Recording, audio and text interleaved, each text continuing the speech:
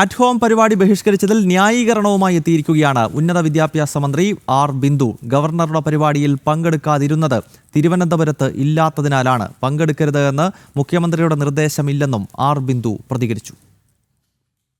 ഞാൻ ഇന്നലെ തിരുവനന്തപുരത്തില്ല, അങ്ങനെ പോവണ്ട എന്നൊരു നിർദ്ദേശമൊന്നും മുഖ്യമന്ത്രി പറഞ്ഞിട്ടില്ല.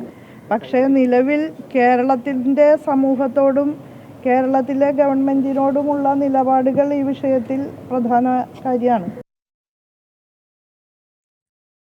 മറ്റു വാർത്തകൾ നോക്കാം. നവീൻ ബാബുവിന്റെ മരണത്തിൽ തുടരന്വേഷണം വേണമെന്ന ആവശ്യത്തെ എതിർത്ത് പി ദിവ്യ. തുടരന്വേഷണം എന്ന ആവശ്യത്തിനായി ഉന്നയിച്ച കാര്യങ്ങൾ നിലനിൽക്കുന്നതല്ല, എല്ലാ തെളിവുകളും പോലീസ് ശേഖരിച്ചതാണെന്നും ദിവ്യ പറഞ്ഞു.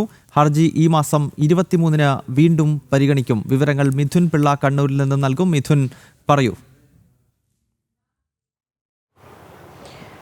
ADM നവീൻ ബാബുവിൻ്റെ മരണവുമായി ബന്ധപ്പെട്ട് തുടരന്വേഷണം വേണമെന്നാവശ്യപ്പെട്ടുകൊണ്ട് നവീൻ ബാബുവിൻ്റെ ഭാര്യയാണ് Kannur judicial first class magistrate കോടതിയിൽ ഹർജി സമർപ്പിച്ചത്. ഈ ഹർജിയിന്മേലുള്ള വാദം പരിഗണിക്കണമെന്ന വാദം നടക്കുന്നതിനിടയിലാണ് ഈ തുടരന്വേഷണമെന്ന ആവശ്യം പി ദിവ്യ എതിർത്തത്.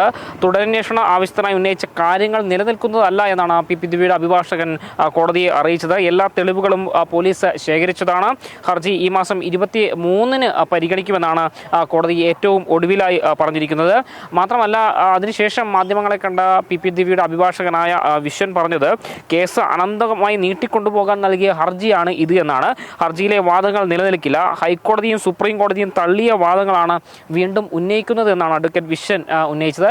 അതേസമയം നേരത്തെ ഈ ADM നവീൻ ബാബുവിൻ്റെ ഭാര്യ കോടതിയെ സമീപിച്ച സമയത്ത് പറഞ്ഞ കാര്യങ്ങളൊക്കെ തന്നെ ഗുരുതരമായിരുന്നു. കാരണം അതിൽ പറഞ്ഞിരിക്കുന്നത് പ്രതി CPM പ്രവർത്തകയായതിനാൽ ശരിയായ തെളിവുകൾ ശേഖരിച്ചില്ലെന്നും പ്രശാന്തനിൽ നിന്ന് കൈക്കൂലി വാങ്ങിയെന്ന് വ്യാജ കേസ് നിർമ്മിക്കാൻ ശ്രമിച്ചുവെന്നും ഹർജിയിൽ പറഞ്ഞിരുന്നു. ഇതുകൂടാതെ ഇലക്ട്രോണിക് തെളിവുകളിൽ പലതും ക്രമക്കേട് കൊണ്ട് CDR പലതും ശേഖരിച്ചിട്ടില്ല തുടങ്ങിയ കുറ്റപത്രത്തിലെ 13 പിഴവുകൾ ചൂണ്ടിക്കാട്ടിക്കൊണ്ടാണ് ADM നവീൻ ബാബുവിൻ്റെ ഭാര്യ മഞ്ജുഷ കണ്ണൂർ കോടതിയെ സമീപിച്ചത്. ഏതായാലും കേസ് ഈ മാസം 23-ന് വീണ്ടും പരിഗണിക്കും. ഗൗതം. മിഥുൻ പിള്ളയാണ് കണ്ണൂരിൽ നിന്നും വിവരങ്ങൾ പങ്കുവച്ചത്.